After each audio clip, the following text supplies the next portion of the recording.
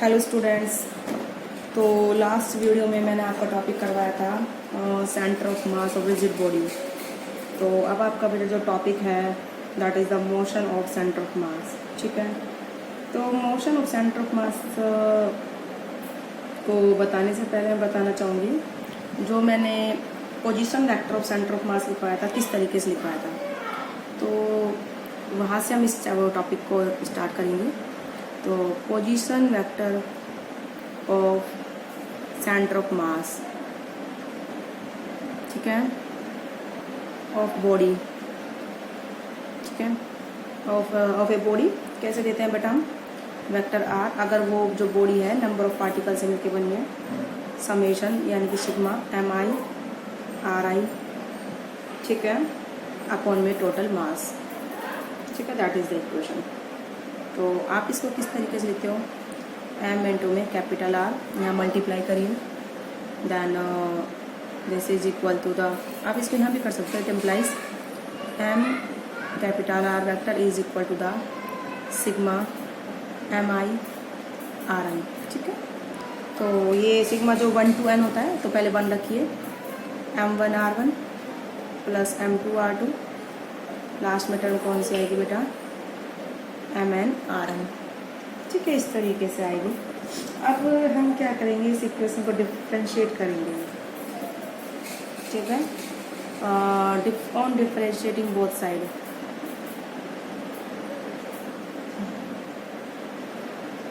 On differentiating both side, ठीक है, with respect to time, ठीक है। तो ये क्या बन जाएगा बेटा, इस तरीके से हम इसको डिफरेंशिएट करेंगे, एम डी आर अपॉन में डी टी, ठीक है, ऐसे ही इसको अलग अलग डिफरेंशिएट कर दीजिए, डी आर वन अपॉन में डी टी, ठीक है। ये सारे पोजीशन वेक्टर ही फॉर्म में है, आर वन पार्टिकल का पोजीशन वेक्टर, सेकेंड पार्टिकल का पोजीशन वेक्टर, nth पार्टिकल का पोजीशन वेक्टर, ठीक है, m2 dr2 अपॉन में dt, लास्ट टर्म हो जाएगी mn drn अपॉन में dt, ठीक है। इस तरीके से आप इसको इक्वेशन को क्या लिख सकते हैं बेटा, इसको dr upon dt is the velocity of centre of mass, ये dr upon dt is the velocity of first particle and dr2 upon dt is the velocity of second particle, ऐसे ही D R N upon D T is the velocity of nth particle, okay. तो इस तरीके से हम करेंगे। Now इसको आप लिख भी सकते हो, ऐसी कोई प्रॉब्लम नहीं है, जो आपने ये लिखा है वी इज द, इसको आप लिख लो, जो ये वी है D R upon D T है, वेयर, ठीक है, is velocity of center of mass, ठीक है। ऐसे ही जो d r one upon D t that is the v one is velocity of first particle, ठीक है, सेकेंड पार्टिकल, इस तरीके से फर्स्ट पार्टिकल की velocity dr2 upon dt is the velocity of second particle, ठीक है बेटा। इस तरीके से आप इसको करोगे। तो अब इसके आगे हम क्या करेंगे, अगेन डिफरेंशिएट करेंगे इस इक्वेशन को, ठीक है। नाउ इसको आप दे दीजिए equation number 1 and this is the equation number 2। Now differentiating equation 2 with respect to time, ठीक है, on differentiating equation 2 with respect to time, okay. तो ये हो जाएगा आपका एम मास कांस्टेंट है, हर एक पार्टिकल का या फिर पूरी बॉडी का जो भी है मास हम क्या लेंगे, डिफरेंशियल इक्वेशन से बाहर। m1 dv1/dt, m2 dv2/dt plus में mn dvn/dt। ठीक है, तो dv/dt is the capital A, that is acceleration of the center of mass. dv1/dt is the a1 and dv2/dt is the a2 and dvn/dt is the an. Acceleration of nth particle, acceleration of second particle, acceleration of first particle. ठीक है, इसको आप लिख सकते हो। ठीक है, इसी कोई प्रॉब्लम नहीं है। कैपिटल A यानी कि dv/dt is equal to capital A is the acceleration of center of mass. dv1/dt is equal to a1 is the acceleration of first particle। ऐसे ही dv2/dt a2 हो जाएगा, वो is the acceleration of second particle। ठीक है बेटा, इस तरीके से आपने इस इक्वेशन को लिखा है। अब according to Newton's law m1 a1 किसके बराबर है, फोर्स के बराबर, according to Newton second law.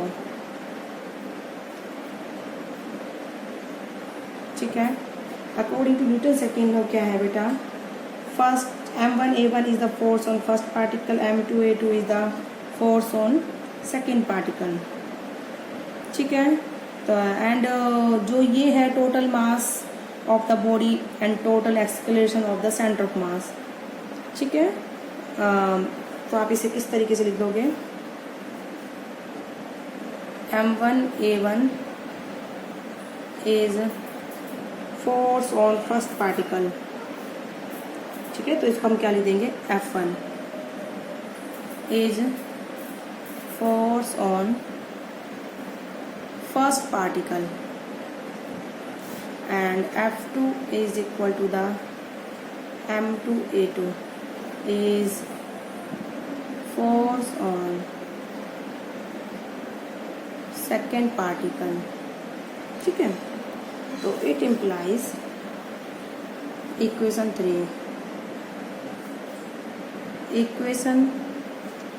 3 becomes m capital A is equal to the F1 plus में F2, लास्ट टर्म आ जाएगी Fn। ठीक है, तो थर्ड इसका मतलब क्या हुआ, total mass of the system of particle time the escalation of centre of mass is equal to the vector sum of force acting on system of particle। So thus the total mass of system of particles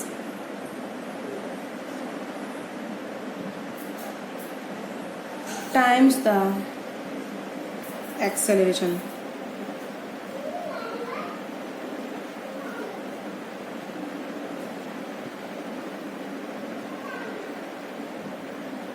times the acceleration of its center of mass। center of mass का acceleration है ये, is vector sum of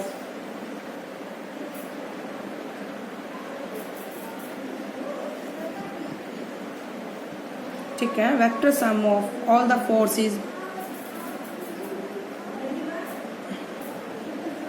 acting on system of particles।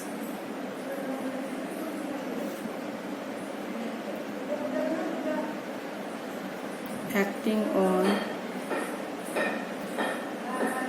system of particles।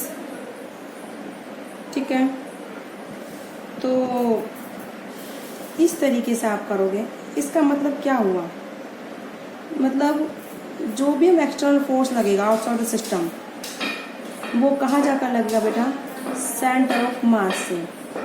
ठीक है, तो आप इसको लिख लीजिए, एम ए है जो है, ये जो है सेंटर ऑफ मास का एक्सेलरेशन है, तो ये किसके बराबर होगा, एफ एक्सटर्नल प्लस में F internal. But internal force यानी कि फर्स्ट पार्ट, एक पार्टिकल दूसरे पार्टिकल पर लगाता है, दूसरे पहले पर लगाता है, दूसरे तीसरे पर लगाता है, तीसरे दूसरे पर लगाता है, पहला तीसरे पर, तीसरा पहले पर, इक्वल अपोजिट लगते हैं। तो इंटरनल फोर्स क्या कर देते हैं, cancel out each other. But internal forces cancel out each other.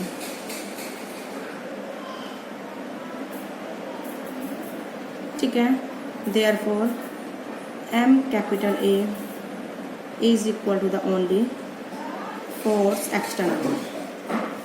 Okay, it means center of particle, center of mass of the system of particle move as if all the mass of the system was concentrated at the center of mass and all the external force were applied at that point. मतलब अगर हम जो भी external force लगाएंगे वो किसके बराबर आया है, M into capital E के बराबर। ये क्या है, sum of the all forces। तो ये सम ऑफ द ऑल फोर्सेस कितने हो गए, आपने मान ली मैंने F external plus F internal. But जो इंटरनल फोर्सेस का सम होता है बेटा कितना होता है, टोटल 0। तो कौन सा बचा, ओनली एक्सटर्नल। इट में जो टोटल एक्सटर्नल फोर्स है वो उसने किस में एक्सेलरेशन लाया, सेंटर ऑफ मास में एक्सेलरेशन प्रोड्यूस करा। इट मीन्स अगर हम किसी बॉडी पर फोर्स लगाएंगे तो मोशन किसका होगा, सेंटर ऑफ मास का होगा।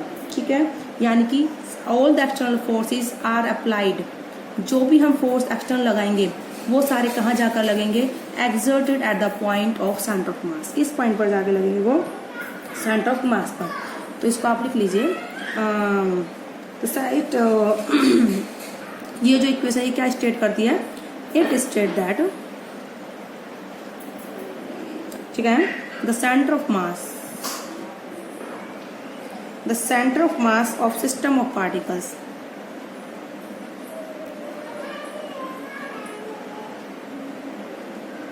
ठीक है, moves as if all the mass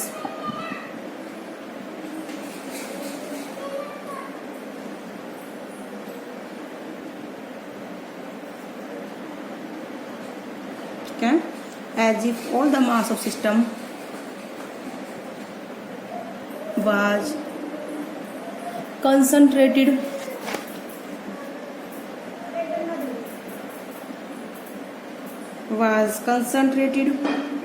at the center of mass। यानी कि पूरा मास कहाँ पर कंसंट्रेटेड है, सेंटर ऑफ मास पर। And all the external forces were applied at that point, and all the external forces were applied at that point. जितने भी हमारे एक्सटर्नल फोर्सेज हैं वो कहाँ पर अप्लाइड होते हैं, उसी पॉइंट पर ही। क्लियर है, तो that is the motion of centre of मास। ठीक है, ये काफ़ी अच्छा था ये टॉपिक, ऐसा नहीं है। तो इसमें मतलब ये बताया अगर हम किसी भी बॉडी पर एक्सटर्नल फोर्स लगाएंगे तो वो फोर्स कहाँ जाकर लगेगा, उसके सेंटर ऑफ मास पर जाकर लगेगा। क्लियर है, इसका कहने का मतलब ये है, इस टॉपिक का कहने का मतलब motion of the centre of mass. Centre और जो मास होता है, पूरा हमारी बॉडी है उसका मास है जो भी है, हम एक पॉइंट पर क्या करते हैं, उसका एज्यूम करते हैं कंसंट्रेटेड है, उसका हम बोलते हैं सेंटर ऑफ मास। तो अगर हम जितने भी एक्सटर्नल फोर्स लगाएंगे किसी भी बॉडी पर तो वो उसी पॉइंट पर जाके लगेंगे जहाँ पर हमारा सेंटर ऑफ मास प्रेजेंट है। तो हम ये मान के चलते हैं। तो सिंपल हमने सेंटर ऑफ मास की इक्वेशन यूज़ करी, उसको डिफरेंशिएट करा, वेलोसिटी टर्म में इक्वेशन चेंज हो गई, फिर इसको अगेन डिफरेंशिएट करा इस इक्वेशन को, इस सब में एक्सेलरेशन मिल गया, ये इक्वेशन मिल गई। दिस ये m1a1 force on first particle, ये सेकंड पार्टिकल एन पार्टिकल पर is equal to m capital A, तो हमें ये इक्वेशन मिल गई। ठीक है, अब m ए क्या होता है, ये is equal to f1 plus f2 plus fn। किसी भी बॉडी का सेंटर ऑफ मास जिसका मास m है, एक्सेलरेशन a प्रोड्यूस हो रहा है उसमें, अगर उस पर कितने फोर्सेज लग रहे हैं external, f1 plus f2 plus में fn से हर पार्टिकल पर अलग अलग फोर्स लगे हैं। फर्स्ट पार्टिकल पर f1 फोर्स है, सेकंड पार्टिकल पर f2 फोर्स है, nth पार्टिकल पर fn फोर्स है। ma है जो क्या है, acceleration of the centre of mass है and mass of the centre of mass m। तो ये सारे एक्सटर्नल फोर्स यानी किस में एक्सेलरेशन प्रोड्यूस करवा रहे हैं, सेंटर ऑफ मास में एक्सेलरेशन प्रोड्यूस करवा रहे हैं। मीन्स ये सारे फोर्स कहाँ जाके एग्जर्ट हो रहे हैं, सेंटर ऑफ मास पे जाके एग्जर्ट हो रहे हैं। ठीक है, तो यही इसका स्टेटमेंट। अगर हम एक्सटर्नल फोर्स लगाएं तो जो फोर्स है वो कहाँ जाकर लगेगा, सेंटर ऑफ मास पर, और उसका क्या होगा, मोशन होगा। तो that is the topic of the motion of the centre of मास। इसके बाद जो आपका जो मेन आता है बेटा, उसमें जो है हमारी जो मेन कंसेप्ट रहेगा वो आपका रहेगा इसमें। इसके बाद आपकी आती है एप्लीकेशंस आती हैं, I think applications of the motion of the centre of मास, मतलब जिसमें फ्रैगमेंट, जैसे आपकी क्रैकिंग वगैरह होती है, क्रैकर्स वगैरह होते हैं, वो किस तरीके से मोशन करते हैं। तो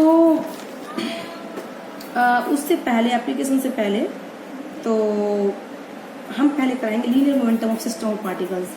बहुत इजी टॉपिक है कि सिस्टम ऑफ पार्टिकल्स है तो उसका लीनियर मोमेंटम किस तरीके से हम निकालेंगे। ठीक है, किस तरीके से हम उसको लिखेंगे। तो लीनियर मोशन, जो लीनियर मोमेंटम, बट हम उसको नेक्स्ट वीडियो में कराएंगे। आज की वीडियो में इतना ही। ओके बेटा।